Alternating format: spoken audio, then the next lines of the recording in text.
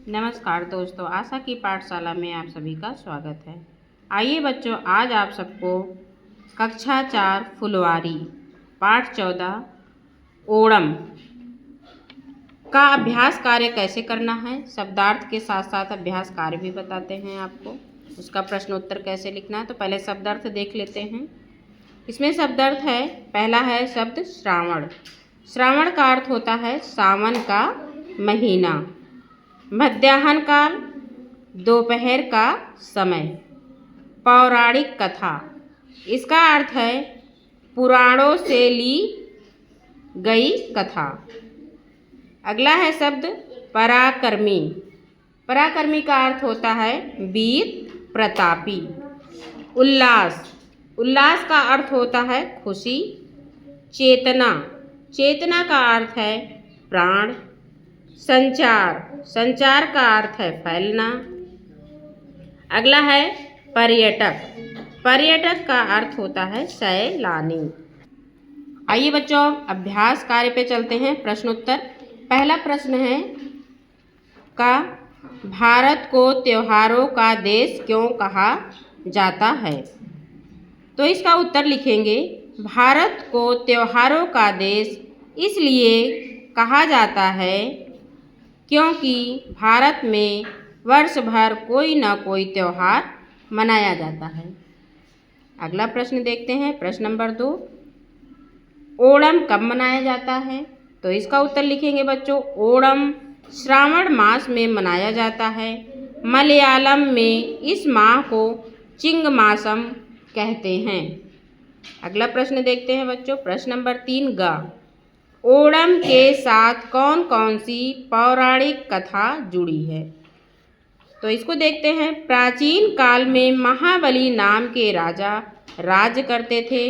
उनके राज्य में चारों ओर सुख और समृद्धि फैली हुई थी। पृथ्वी और पाताल लोक का शासक बनने के बाद उन्होंने आकाश की ओर बढ़ना प्रारंभ किया।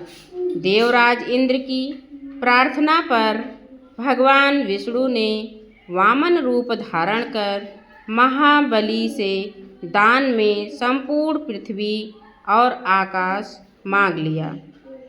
राजा महाबली से प्रसन्न होकर भगवान विष्णु ने उन्हें वर्ष में एक बार पृथ्वी पर अपने राज्य में आने का आशीर्वाद दिया।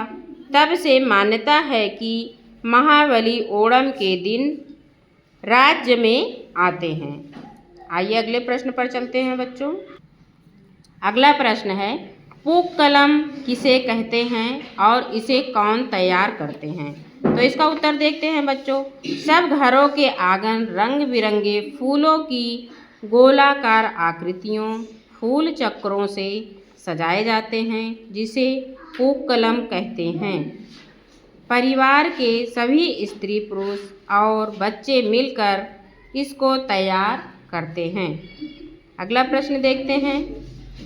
अगला प्रश्न है नौका दौड़ प्रतियोगिता कैसे होती है, तो इसका उत्तर लिखेंगे बच्चों। इसका उत्तर देखते हैं। दूर दूर के गांवों से सर्पाकार नौकाएं पंबा नदी के तट पर एकत्र की जाती हैं और इनकी पूजा भी की जाती है। परंपरागत पोशाकें पहने नौका गीत गाते हुए सब लोग अपने चप्पू एक निश्चित ताल में एक साथ चलाते हैं।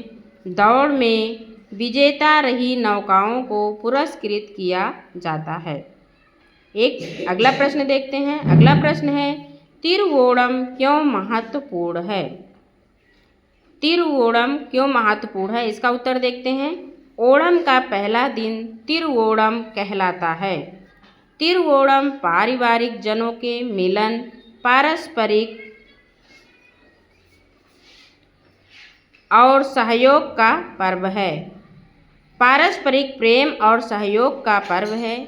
इस दिन बाहर हुए लोग परिवार में लौट आते हैं और मिलजुल कर उल्लासपूर्वक त्यौहार मनाते हैं। अगला प्रश्न देख। अगला प्रश्न है रिक्त स्थानों की पूर्ति कीजिए।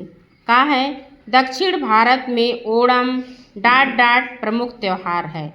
तो ओणम बच्चों कहाँ का त्यौहार है? तो इसमें हम भरेंगे केरल राज्य। केरल राज्य भर लेंगे पहले में। खा वाला देखते हैं।